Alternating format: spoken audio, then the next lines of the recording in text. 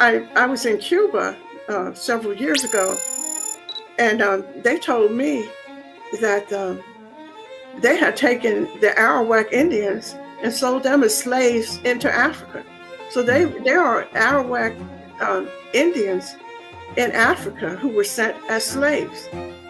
So so they may say, oh, they're from Sierra Leone, or they're from Liberia, when they were actually, Native people who they sent there. Intra-American slave trade that went on in the Caribbean, a waterborne traffic, they didn't cross the Atlantic but was going around in the Caribbean, was a very, very large flow of slavery. The estimate now is that over a period of 400 years, more than 2.5 million native persons, many of them from New England, were in slavery in the Caribbean. This is besides the Taino who lived there. This is another set. And this saltwater trade expelled them all over the Caribbean, to Little Bonaire and Curacao, to the many small Lucayas, to Hispaniola, and to Puerto Rico.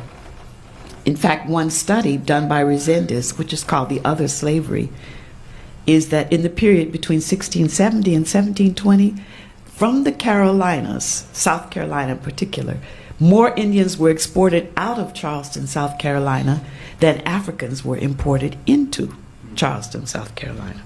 My entire tribe of my ancestors from Virginia, the Nanzadigo, were redesignated as mulatto and sent as slaves to Antigua. Wow. So these are the things that they were doing. They were erasing our history. In proportion to population, King Philip's War was the most fatal war in American history. Yet Indian losses were far greater. Colonial armies with their Pequot and Mohegan allies pursued enemy Indians from Narragansett Bay to the Connecticut River Valley, killing warriors in their fields and families in their homes. Those Algonquins who fought against the English, saw their communities decimated.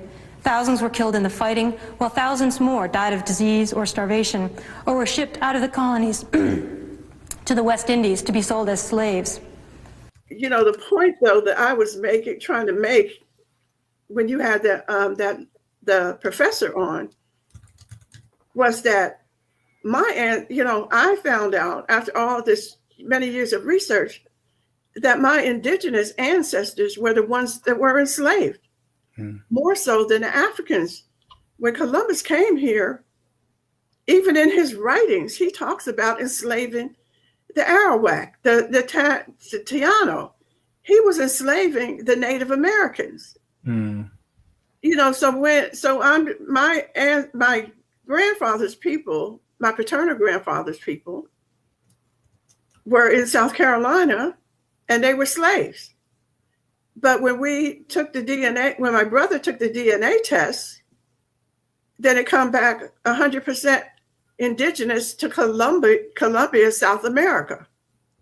In other words, he didn't come from Africa. He's indigenous to the Americas. But they were telling us, or writing down, these colonial people who came here and stole the land and stole the lives of the indigenous people, also rewrote the history. And that's all that we had to go by. And very few people that I spoke to wanted to change the narrative. They wanted to live within the narrative because they don't want to upset the status quo. So they don't want to question it. And but I want to honor my ancestors. And they were indigenous to the Americas. They were not African slaves. So when people, and it really bothers my spirit when I hear people say, oh, those Africans were selling each other. They were selling each other. And not, if you think about how long it took for them to come, and like the Portuguese would come, and also the Arab traders, they were set up on the shoreline. And they would be there for years. They're sitting there, and what they're doing is diplomacy with whoever's on that shoreline. They're coming as friends. they may be marrying people, they're having children, and all of us, but they know what they're there for. But the people who are in the villages don't know what they're there for because they've never met anyone who would do the things that these people were doing.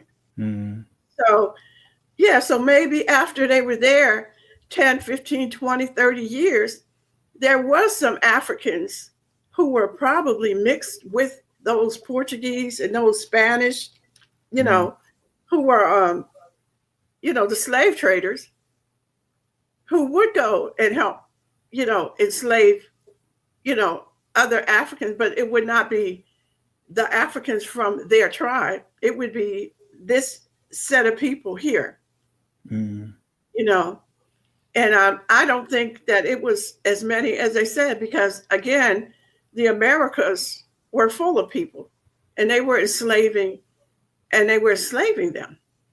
And they also were redesignating, like my ancestors were redesignated from Indian. Well, in the first place, they would the native people were going by their tribal name, and they took that from them. So you could not say that you were a member of a tribe. You were just a Indian. Okay. And the fact that they called us, called our people Indian, Columbus was going to India and got lost. So he gets lost, and then he's, he's helped by the Arawak and the Tano, down in the Caribbean. Yeah. And what does he do to thank them? He enslaves them. Yeah. He brutalizes them. Okay, so when they renamed all of the people they met here Indian, because they were headed to India and got lost. Okay, and even India says, well, we're not Indians anyway. Why don't that's something Europeans. They're not even. But anyway, so they renamed all of the indigenous people to the Americas one name, Indian.